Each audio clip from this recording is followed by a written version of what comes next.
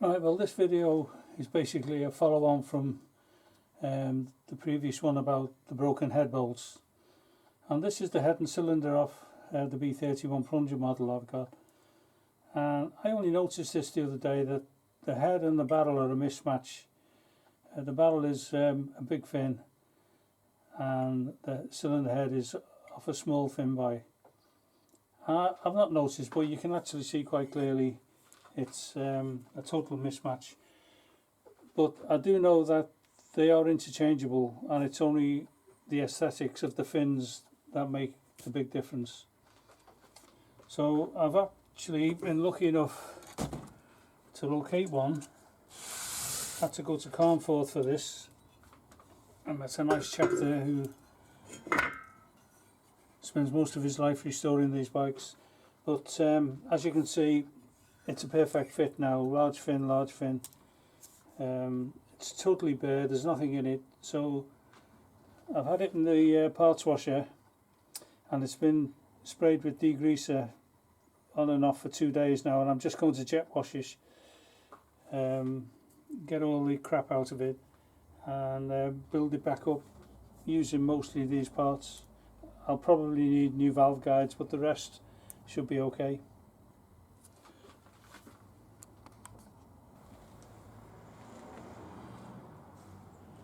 Well, this is the old Triumph Bonneville barrels I had, and as you can see, I've been cutting off the fins. The barrel's absolutely knackered actually, but I've been cutting off the fins to use them to repair these here, and that's how I've been doing it.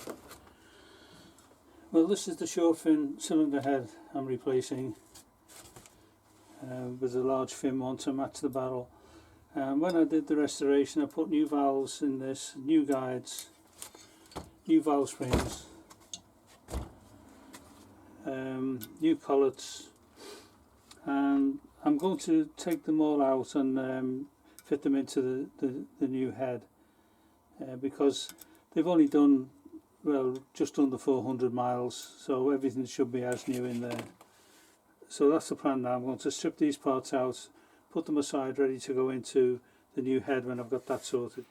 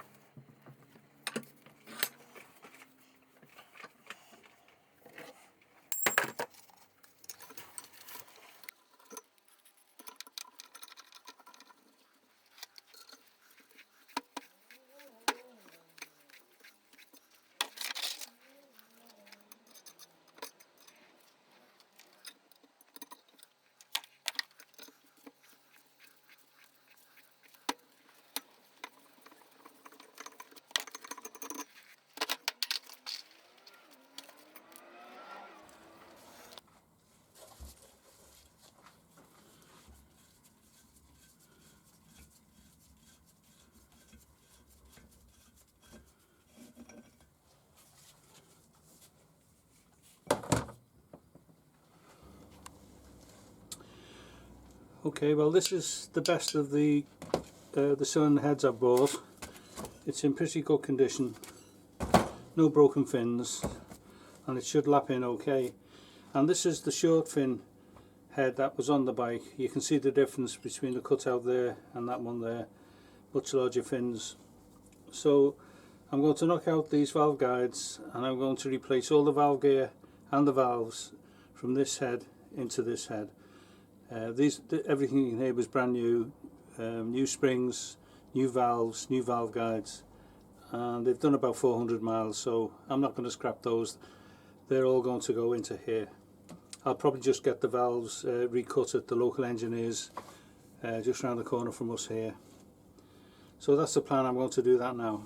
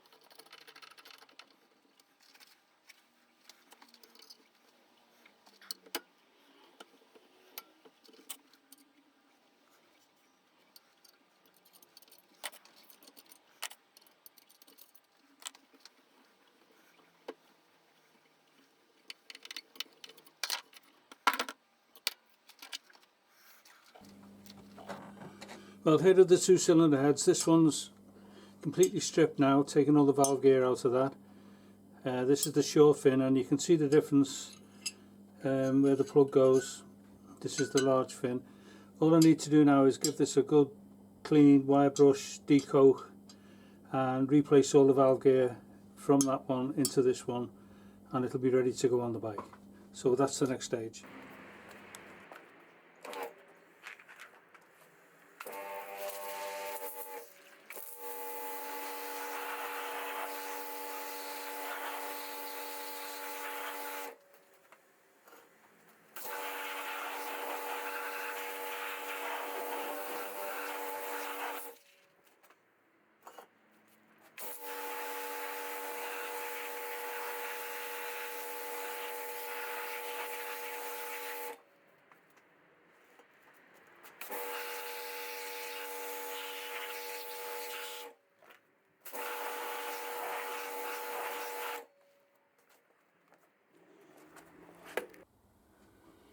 Well, just an aside, this is something you need to know.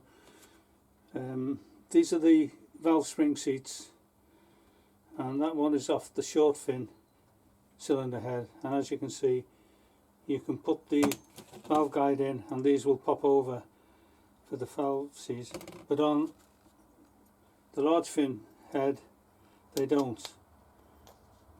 You've got to make sure that they're fitted onto the valve guide before you put the valve guide in, otherwise you can't get them over the valve guide there. Just something you may need to know. I've only just found out myself. So they are quite different. That's the short fin head and that's the large fin head.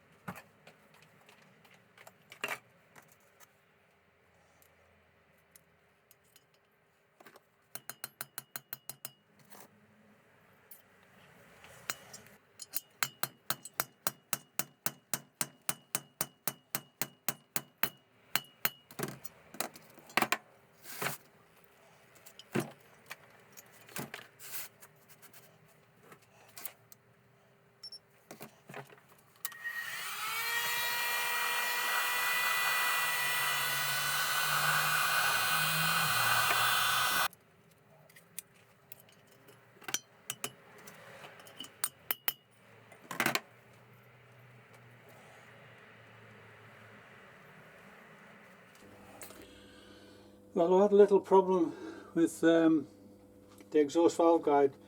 Even after the head had cooled down, it was still quite slack in the cylinder head there. And I remember some time ago reading on the Bsa forum, one of the guys had solved the problem by nailing the end of the valve guide, as you can see here, which increased its diameter. And I've used my nailing tool and I've got quite a good heavy nail on there now, so I'm hoping that that will make it a much better fit. And of course I'll put a bit of Loctite on just to be on the safe side, so hopefully that should be okay.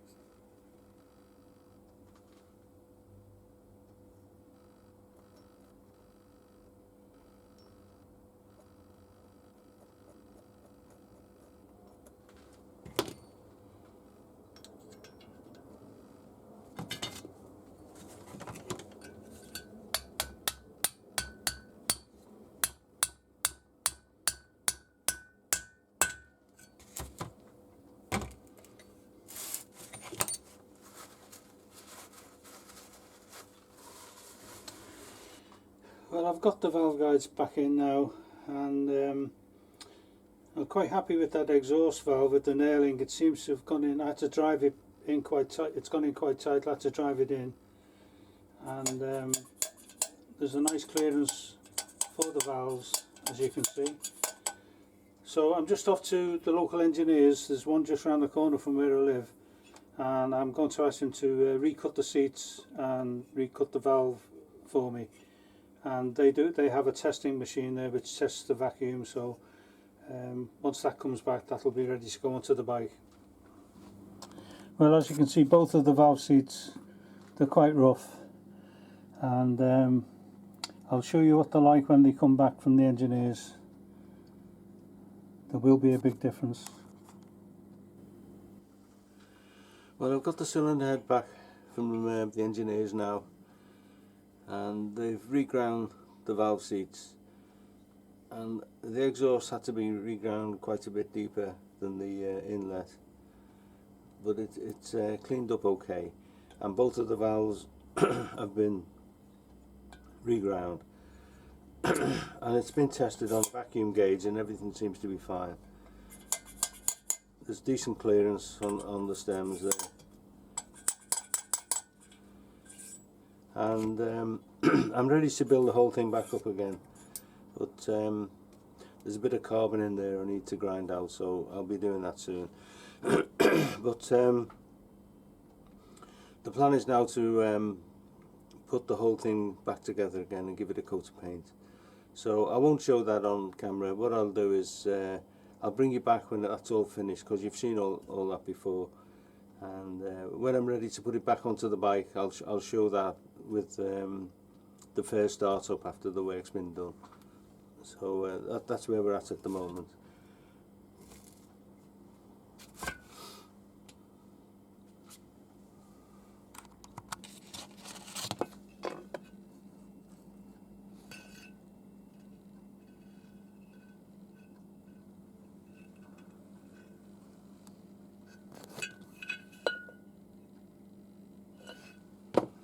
Now you can probably see better without the torch. But they've cleaned up okay, the valve seats. Just got a bit of carbon to remove from there.